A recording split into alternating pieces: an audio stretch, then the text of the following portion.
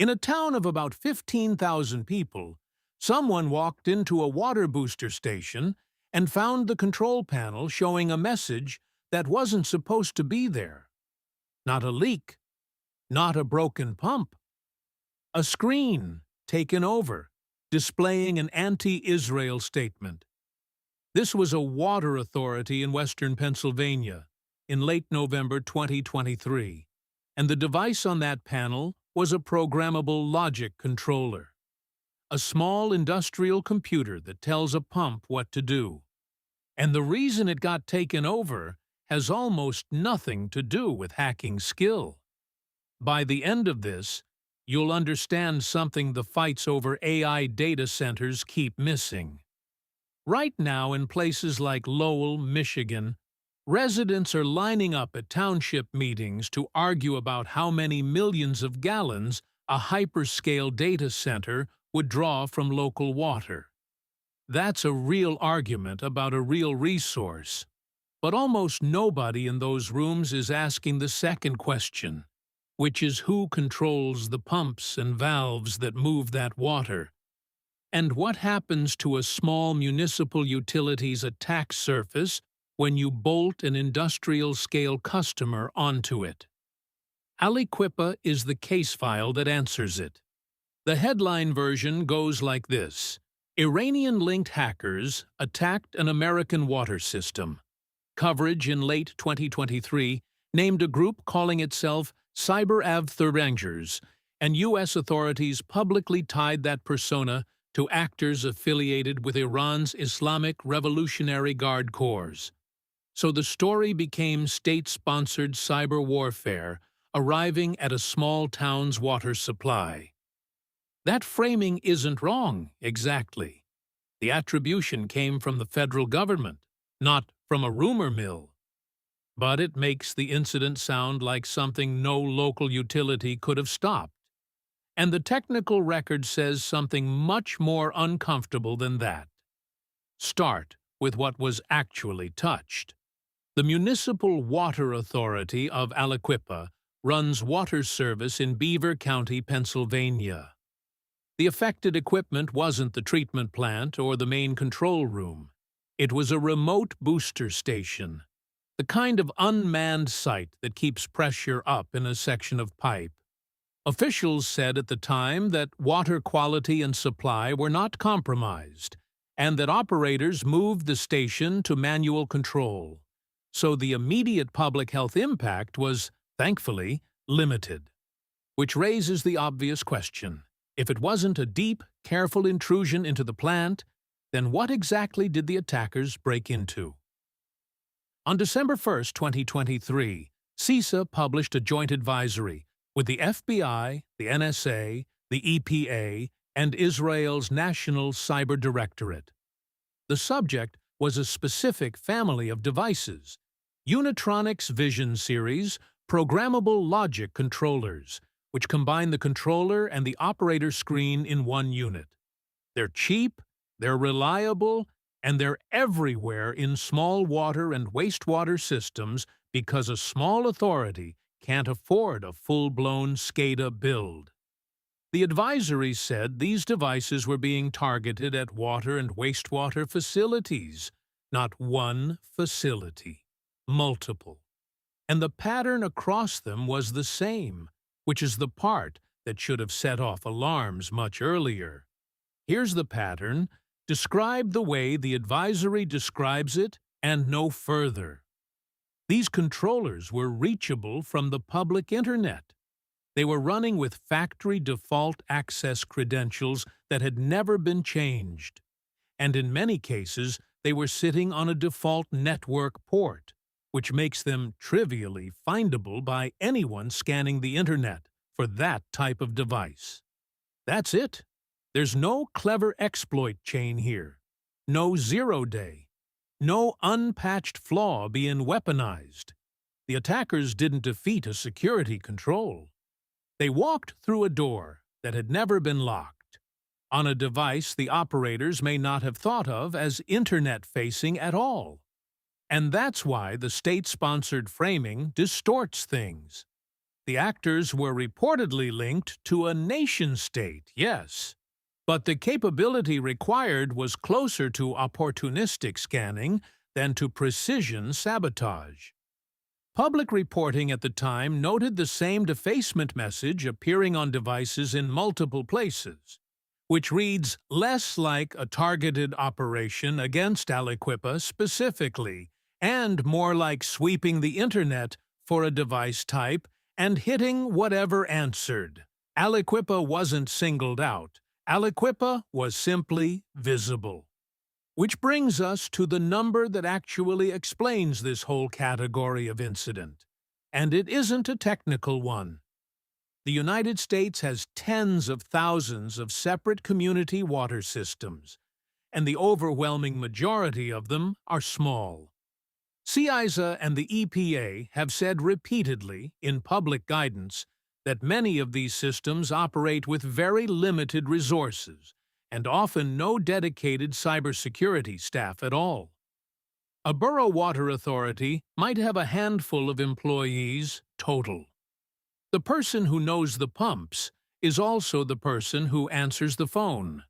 So when a vendor sets up remote access so a technician can check a pressure reading from a truck, there's frequently nobody whose job it is to ask whether that access is exposed to the entire internet. Now hold that thought, because that's exactly the kind of utility that a hyperscale data center plugs into. In Lowell, Michigan, the public fight has been about volume. How much water, drawn from where, and what it does to the aquifer and to residential wells. Similar arguments are playing out in a lot of towns right now as AI compute build-outs look for cheap land, cheap power, and cooling water. Those concerns are legitimate, and they're being reported on properly. But volume is a resource question. The security question runs underneath it, and it gets asked far less often, if at all. Think about what a very large industrial water customer actually changes for a small authority. New pumping and monitoring equipment? New remote telemetry so somebody can watch flow around the clock. Possibly new vendor connections into systems that used to be checked by a person physically walking to a site. Every one of those is a legitimate operational need. Every one of them is also a new remotely reachable device in an environment that the EPA and CISA have both flagged as under-resourced. Aliquippa is the proof of concept for what happens when that kind of device ends up exposed, and nobody notices for who knows how long. So here's the reveal, and it's not a clever one, which is the point. The real entry point at Aliquippa wasn't a vulnerability. It was a configuration. An internet-reachable industrial controller, still using credentials that shipped with it from the factory, on a predictable port. The real failure wasn't the water authority being outmatched by a foreign intelligence service. It was the gap between how these devices get deployed in the field and how anyone imagines they're deployed. Someone installs a controller to solve a pressure problem in 2016, and it just keeps working, quietly, for years, and nobody re-examines what it's connected to. Now, how it was caught. And this is the genuinely reassuring part. It wasn't caught by an intrusion detection platform or a threat hunting team. It was caught because the attackers wanted to be seen. They put a message on the operator screen.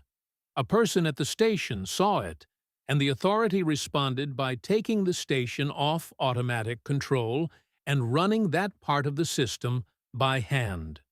Low-tech, immediate, effective. Officials reported no impact to drinking water quality or supply. The federal advisory followed within days, telling other operators what device family to go and check. That's a hard thing to sit with.